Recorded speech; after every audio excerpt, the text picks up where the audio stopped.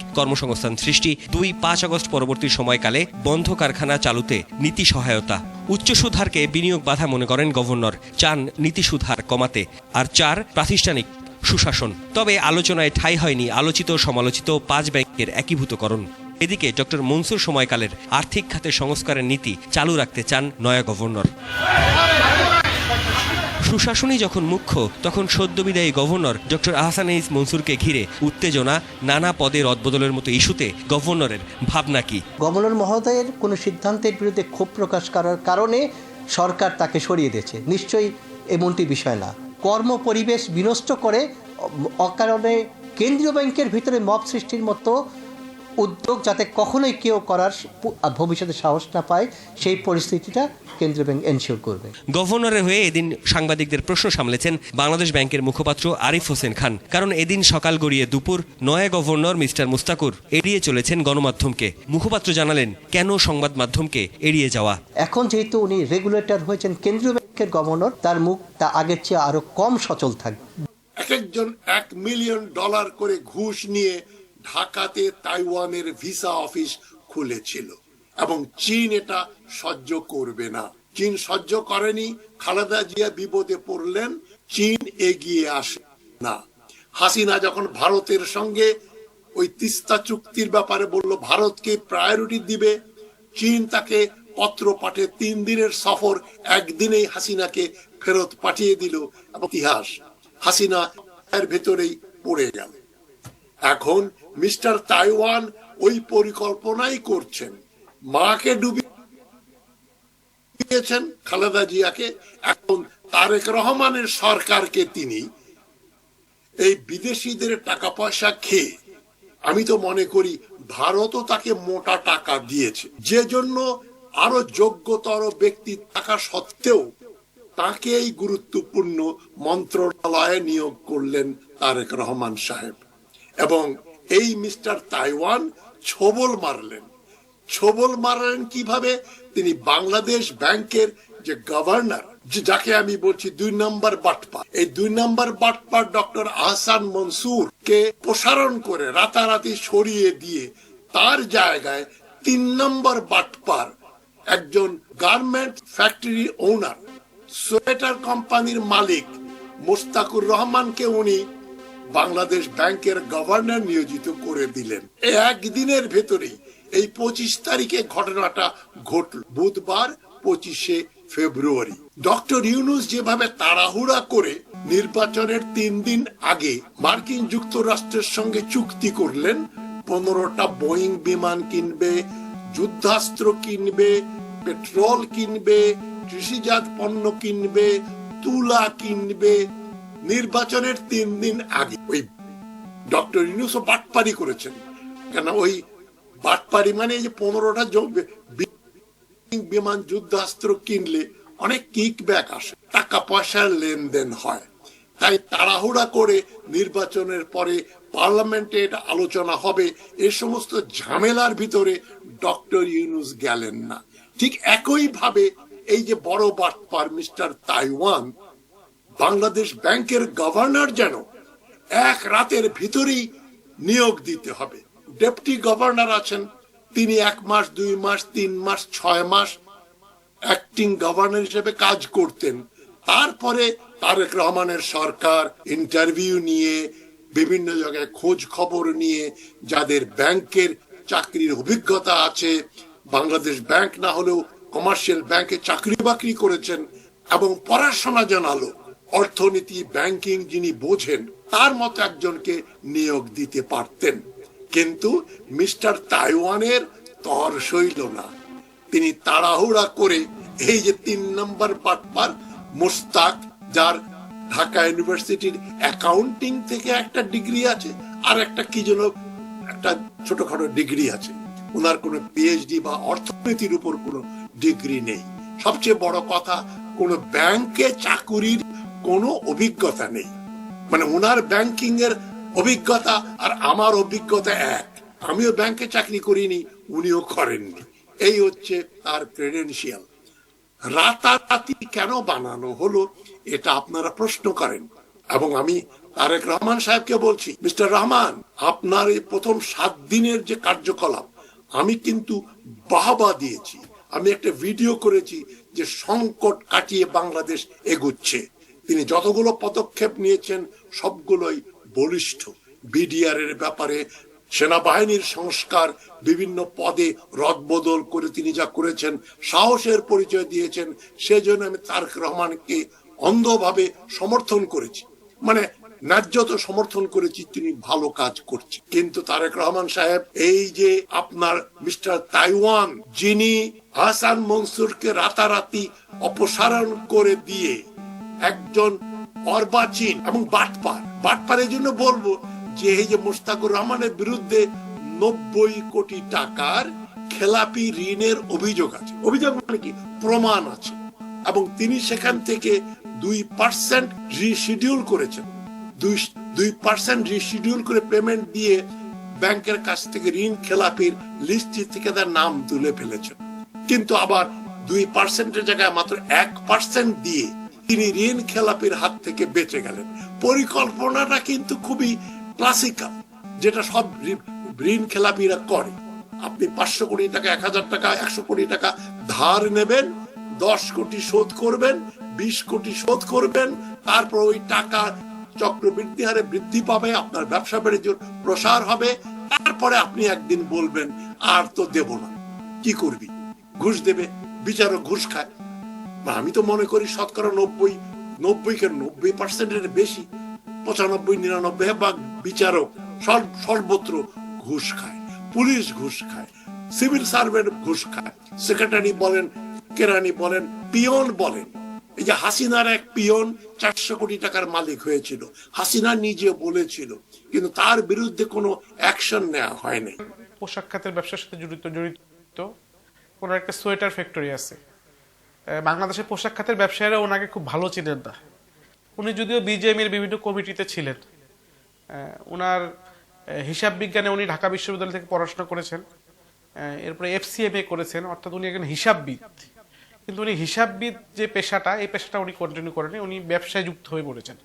ওনার এর পাশাপাশি আরো অনেক ব্যবসা আছে উনি বাংলাদেশের বিভিন্ন ব্যবসায়ী সমিতির সদস্য, আবাসন খাতের ব্যবসা, ট্যুরিজম সেক্টরের ব্যবসা, আরো বিভিন্ন ব্যবসার সাথে যুক্ত। অর্থাৎ বাংলাদেশের ব্যবসাটা উনি ভালো বুঝেন বলে আমরা মনে করতেছি এখন পর্যন্ত। এখন উনি অর্থনীতিতে গভর্নর হিসেবে উনি ওনার কি রোল প্লে করবেন, এটা হয়তো উনি দায়িত্ব নিলে বোঝা যাবে। বাংলাদেশের অর্থনীতি এখন একটা ভয়াবহ চ্যালেঞ্জের মধ্যে দাঁড়িয়ে আছে, এই কথাটা কি। কিন্তু এই রিকভারিটা কিভাবে করবেন, গভর্নরের এখানে একটা ভালো রোল থাকবে। উনি কি করবেন, ওনার রোলটা কি হবে, সেটা আসলে সবই বলে দিবে। ওনার জন্য সবচেয়ে বড় চ্যালেঞ্জটা হবে ব্যাংক খাতে যে আমানতকারের যে আস্থাটা নেয়। এখন মানুষ ব্যাংকের উপর আস্থাটা কমে গেছে। মানুষ ব্যাংকে টাকা জমা রাখে, টাকাটা ফেরত পাবে কি পাবে না, এটা নিয়ে মানুষ এখন চিন্তিত। সরকার আসার পরেই শুরু 10 দিনের মধ্যে গভর্নরকে সরিয়ে দেওয়া হলো, এবং এমন একজন গভর্নরকে সরিয়ে দেওয়া হলো যাকে বলা হয় বাংলাদেশের আর্থিক সেক্টরের শীর্ষ 3-4 জন মানুষ যদি আমরা ধরি, তাহলে উনি একজন। উনি আন্তর্জাতিক মুদ্রা তহবিলের শীর্ষ পদে কাজ করেছেন। বাংলাদেশের এমন কোনো ব্যক্তি নাই, বা 2-3 জন ব্যক্তি আমরা পাই যারা এই পদ পর্যন্ত যাওয়ার সুযোগ পেয়েছেন। উনি পৃথিবীর বিভিন্ন দেশের অর্থনীতি পুনরুদ্ধারে ওনার ভূমিকা ছিল। এজন্য বিদায়ী তত্ত্বাবধায়ক সরকার বা অন্তর্বর্তী সরকার ওনাকে গভর্নর হিসেবে দায়িত্ব দিয়েছিলেন। উনি গভর্নর পদে দায়িত্ব নিয়ে বাংলাদেশের ব্যাংক খাতে যে রিয়েল চিত্র, মানে যে ক্ষতটা তৈরি হয়েছিল, এই ক্ষতটা উনি বের করতে পেরেছেন। ক্ষতটা বের করার পরে উনি এটা রিকভারি কিভাবে করা যাবে, মানে মেরামত করা যাবে, এই মেরামতের পথে উনি যাত্রা শুরু করেছিলেন। এই যাত্রাটা এখন চালিয়ে যেতে হবে। গভর্নর পদে যেই আসুক, সরকার পদে যেই আসুক, বাংলাদেশের অর্থনীতি পুনরুদ্ধার করা ছাড়া দেশ ভালো হবে না কখন। আগের গভর্নর যদি আমরা দেখে থাকি, আগের গভর্নরদের মধ্যে অর্থনীতিবিদ, ব্যাংকার, ওনারা গভর্নর ছিলেন। মাঝে আওয়ামী লীগ সরকারের শেষ দুজন গভর্নর আমলা ছিলেন, আব্দুর রউফ তালুকদার এবং ফজলে কবির। আব্দুর রউফ তালুকদারকে আমরা দেখেছি 5ই আগস্ট 2024 পালিয়ে যেতে বাংলাদেশ থেকে। এখনো ওনার কোনো ট্রেস পাওয়া যায়নি। আর ফজলে কবির এখনো আছেন দেশে। কিন্তু আগে যারা গভর্নর ছিলেন, মোহাম্মদ ফখরুদ্দিন, উনি প্রধান ছিলেন দেশের এক সময়, ফরাসউদ্দিন আহমেদ, এরকম বড় বড় অর্থনীতিবিদরাই আমাদের দেশের গভর্নর পদে দায়িত্ব পালন করেছেন। এবার আমরা দেখলাম একটু ভিন্ন, একেবারেই ভিন্ন বাংলাদেশে নতুন কিছু দেখলাম। সেটা নতুন কিছুটা বড় কোনো প্ল্যানের অংশ কিনা আমরা জানি না। সেটা যদি ভালোর জন্য হয়, আমাদের দেশের জন্য এটা খুব ভালো কিছুই হবে আমরা আশা করি। মুখ্য অর্থনীতিবিদ জাহিদ হোসাইন মন্তব্য করেছেন যে সাবেক গভর্নর, বাংলাদেশ ব্যাংকের গভর্নরের কথা বলছি, আহসান এইচ মনসুরের সঙ্গে যা হয়েছে সেটি শোভন হয়নি, অন্যভাবেও হতে পারত, তিনি সম্মানজনক বিদায় নিতে পারতেন এবং তিনি এটি ডিজার্ভ করেন না, তার প্রতি যে আচরণ বিএনপি সরকার করেছে। জাহিদ হোসাইন এই কথা বলেছে এবং তিনি এটিও বলেছেন যে ভবিষ্যতে কোনো যোগ্য লোক বাংলাদেশ ব্যাংক গভর্নর পোস্টের জন্য আগ্রহ দেখাবেন না। আর ঢাকা বিশ্ববিদ্যালয়ের অর্থনীতির অধ্যাপক এবং সানেমের নির্বাহী পরিচালক সেলিম রায়হান বলেছেন যে সব মহলে এখন এইটি আলোচিত হচ্ছে যে বিএনপি সরকার সত্যিকার অর্থেই ব্যাংকিং সেক্টরের সংস্কার চাচ্ছে কিনা। তো প্রিয় দর্শক শ্রোতা, দুজন বিশেষজ্ঞের অভিমত ব্যক্ত করলাম। আর যেই বিষয়ে কথা বলতে চাইছি সেটি হলো বাংলাদেশ ব্যাংকের সদ্য বিদায়ী গভর্নর আহসান এইচ মনসুরের অসময়ে বিদায় নেয়া এবং কিছুটা অসম্মানজনকভাবে। তো ক্ষমতা নেয়ার পর থেকে, বা অন্যভাবে বলতে গেলে মসনদে বসবার পর থেকে, প্রধানমন্ত্রী জনাব তারেক রহমান বিতর্কিত যে কয়েকটি সিদ্ধান্ত নিয়েছেন তার মধ্যে অন্যতম হলো আহসান এইচ মনসুরকে সরিয়ে দেয়া, অপ্রত্যাশিতভাবে এবং কিছুটা অসম্মানজনকভাবে, যা সত্যিকার অর্থে তিনি ডিজার্ভ করেন। আমরা জানি প্রিয় দর্শক শ্রোতা, আহসান এইচ মনসুরের দীর্ঘ ব্যাংকিং অভিজ্ঞতা রয়েছে। অন্তর্বর্তীকালীন সরকারের সময় তিনি নিয়োগ পেয়েছেন এবং যেই সময়টিতে তিনি দায়িত্ব নিয়েছিলেন বাংলাদেশ ব্যাংক গভর্নর হিসাবে, সেই সময়টি কিন্তু অত্যন্ত তাৎপর্যপূর্ণ ছিল বিভিন্ন কারণে। অস্থির একটি সময়, সেটি বলাই বোধহয় বেশি সঙ্গত। তো এই সময়ে দায়িত্ব নিয়ে একেবারেই ভঙ্গুর একটি অর্থ ব্যবস্থা, সেটি কিন্তু তার সময়ই ঘুরে দাঁড়িয়েছে। ব্যাংকিং সেক্টরে যতটুকু শৃঙ্খলা এসেছে তার সময়ই কিন্তু হয়েছে। অধ্যাপক ইউনূস সরকারের সাফল্য ব্যর্থতা নিয়ে যখন আলোচনা করা হয় বিভিন্ন মহলে, দেশে বিদেশে, আন্তর্জাতিক সংবাদ মাধ্যমগুলো বিশ্লেষণে জানিয়েছে তার সাফল্যের মধ্যে অন্যতম প্রধান বলে গণ্য হয় অর্থ সেক্টরে, অর্থনৈতিক খাতে স্থিতিশীলতা আনান। অনেকখানি স্থিতিশীল হয়েছে অর্থনীতি। যতটা না তিনি কেন সরলেন, তাকে কেন সরানো হলো, বিতর্কিত হয়েছে, সমালোচিত হয়েছে, তার চাইতে অনেক বেশি সমালোচিত হচ্ছে এবং আলোচিত হচ্ছে যে প্রক্রিয়ায় তাকে সরানো হলো সেই বিষয়টি। তো প্রিয় দর্শক শ্রোতা, খুব ইন্টারেস্টিং একটি বিষয়, সেটি হলো মঙ্গলবার দিন, আজ বৃহস্পতিবার, গতকালকের আগের দিন অর্থমন্ত্রী আমির খসরু মাহমুদ চৌধুরীর সঙ্গে মিটিং করলেন বাংলাদেশ ব্যাংক গভর্নর এবং গতকাল তিনি সাংবাদিক সম্মেলন করলেন ব্যাংকে। তখনও পর্যন্ত তিনি জানতেন না যে তিনি আর পদে নেই। দুপুরের দিকে তিনি টের পেলেন তাকে সরে যেতে হবে এবং যেভাবে সেই ভিডিও দৃশ্য পুরো দেশ দেখেছে, সারা বিশ্ব দেখেছে, যেভাবে তিনি বেরিয়ে গেলেন সেটি এরকম হবার কথা ছিল না এবং একেবারেই অপ্রয়োজনীয় ছিল। বিএনপির কোন বারাভাতে ছাই দিয়েছিলেন তিনি যে তাকে এরকম অসম্মানজনক বিদায় নিতে হলো। A newly formed government established with a 2/3 majority removed the governor of the Central Bank of Bangladesh just within 10 days of assuming power in a manner that surpassed all precedent. And this is not only sends a deeply alarming message but also signals how vulnerable the country can be in future to the process operating behind the scene. কাছে যে কথাটা এসছে, খবরগুলো এসছে, সেগুলোর আমি কোনো আবার সত্যায়িত করতে পারছি না বলে আমি বলছি না। তবে বাজারে যেটা চাউর হয়েছে যে 1 নম্বর বাটপার মিস্টার তাইওয়ান, এই 3 নম্বর বাটপার মিস্টার মুস্তাকুর রহমানের কাছ থেকে 200 কোটি টাকা ঘুষ খেয়েছেন। ঘুষ খেয়ে তাকে গভর্নর বানিয়েছেন তারেক জিয়ার নাকের ডগার উপর। তারেক রহমান সাহেব, আপনি জানেন না এই মিস্টার তাইওয়ান বিতর্কিত, তিনি মোদি এবং অমিত শাহের সঙ্গে এবং দোভালের সঙ্গে সাক্ষাৎ করেছেন, বারবার গেছেন এরা। এই যে ভারতপন্থী যে কাণ্ড কারখানা লবিং হচ্ছিল যারা করেছে, তাদেরকে আপনি মন্ত্রী বানিয়ে রেখেছেন। দুর্ভাগ্যজনক ব্যাপার। তারেক রহমান সাহেব, আপনি কিন্তু আপনার মা দেশনেত্রী খালেদা জিয়ার মতো বিপদে পড়তে যাচ্ছেন বলে আমি দিব্য চক্ষে দেখতে পাচ্ছি। আপনি শুধু নয়, আপনার পার্টি শুধু নয়, বাংলাদেশকে বিপদে ফেলার জন্য মিস্টার তাইওয়ান উঠে পড়ে লেগেছেন। 70-এর উপরে বয়স, প্রায় 80 বছর বয়স। এ বয়সও টাকার লোভ যায়নি। টাকার লোভ তো একটা নেশা, একটা ব্যাধি। উনাকে যদি আপনি আজ 10,000 কোটি টাকা দেন, কালকে বলবে আমার আরো 10,000 কোটি টাকা দরকার। টাকা খাবে, খেতে পারবে না, ভোগ করতে পারবে না, কিন্তু ওই যে আহরণ করা, এটা এক ধরনের ব্যাধি। তার একজন উপদেষ্টার সঙ্গে যে বেয়াদবিপূর্ণ উদ্ধত আচরণ করেছেন বাংলাদেশ ব্যাংকের কর্মকর্তারা, এবং আমি বলবো এরা বিএনপির সেবাদাস যারা এই কাজ করেছেন। দীর্ঘদিন ধরে একটি মহল চেষ্টা করছিল আহসান এইচ মনসুরকে স্টিগমাটাইজ করবার জন্য, তাকে কলঙ্কিত করবার জন্য। চেষ্টার কোনো ত্রুটি তারা করেনি। কি দোষ ছিল আহসান এইচ মনসুরের? হ্যাঁ, দোষ তো নিশ্চয়ই ছিল, কিছু অপকর্ম তো তিনি করেছিলেন। আর সে অপকর্মগুলো হলো ঋণ খেলাপিদের তিনি ঘাড়ে ধরতে চেয়েছিলেন এইভাবে, এটি তার দোষের মধ্যে একটি, খেলাপি ঋণ বিষয়।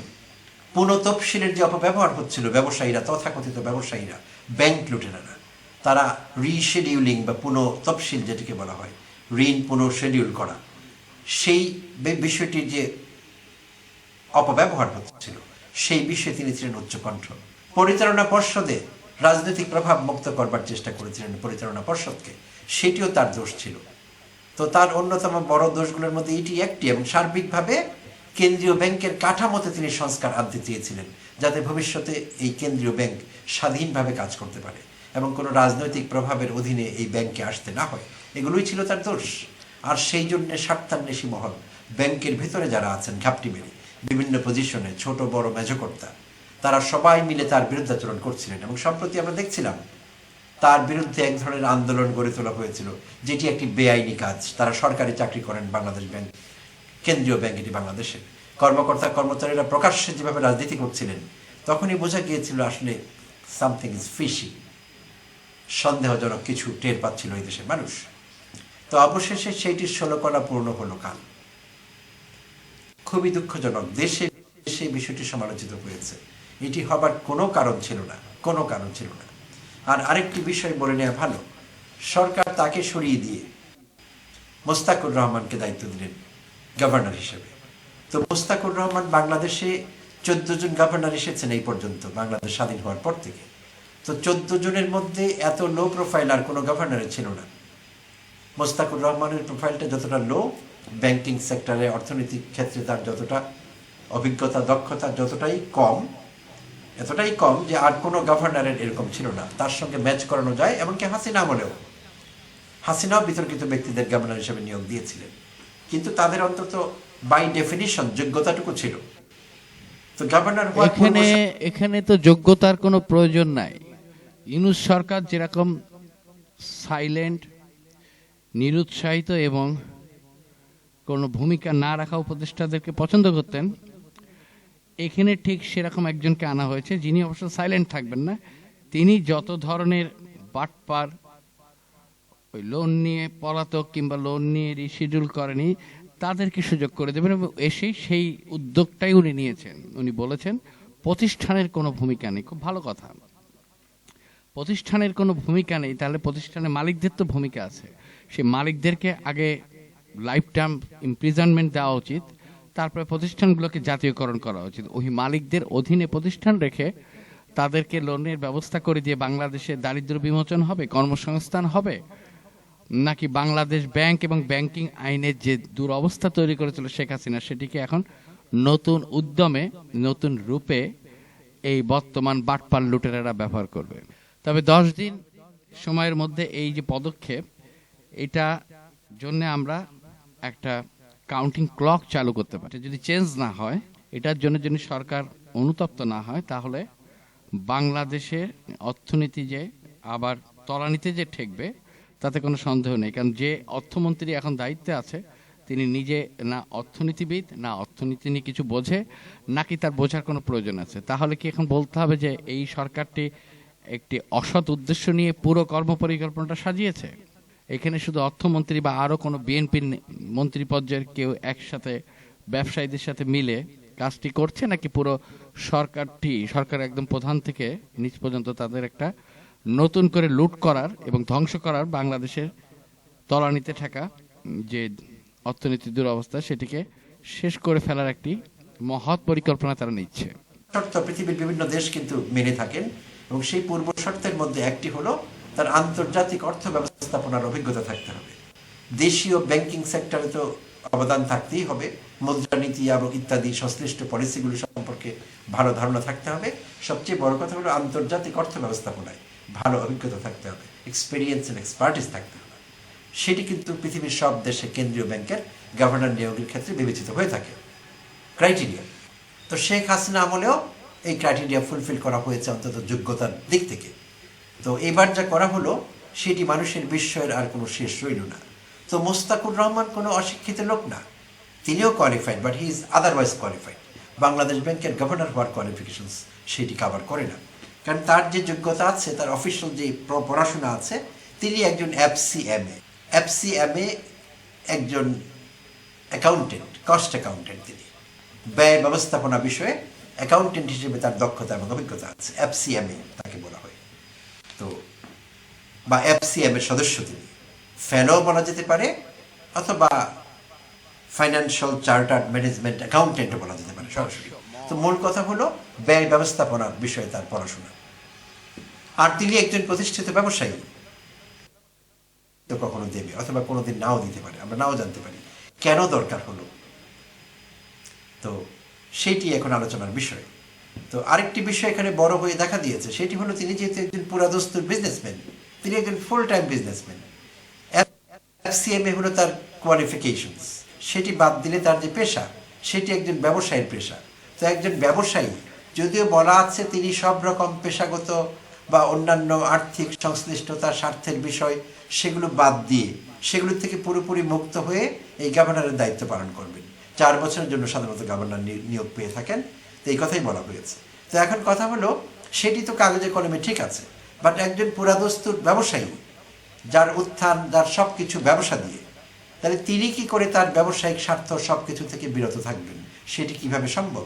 কাগজে কলমে নিশ্চয়ই তিনি প্রত্যেকদিন অফিসে গিয়ে ম্যানেজিং ডিরেক্টর বা চেয়ারম্যানের চেয়ারে বসবেন না তার কোম্পানিতে গিয়ে, কিন্তু তিনি কি তার কোম্পানি থেকে দূরে থাকতে পারবেন? তাকে কি তার ব্যবসায়িক স্বার্থ না দেখলে চলবে? ব্যবসায়ীদের কি কখনো এমনটি চলে যে তিনি অন্য একটি পেশায় আছেন, তাই তার ব্যবসার খোঁজখবর রাখেন না, কমপ্লিটলি ছেড়ে দিয়েছেন? সেটি কি তার মতো একজন বড় ব্যবসায়ীর পক্ষে সম্ভব? সম্ভব না। বাস্তবতা সেই কথা বলে না। তার মানে সুস্পষ্টভাবে এখানে একটি কনফ্লিক্ট অফ ইন্টারেস্ট কিন্তু সৃষ্টি হয়েছে, যেটিকে আমরা বলি স্বার্থের বিরোধ। অর্থাৎ তার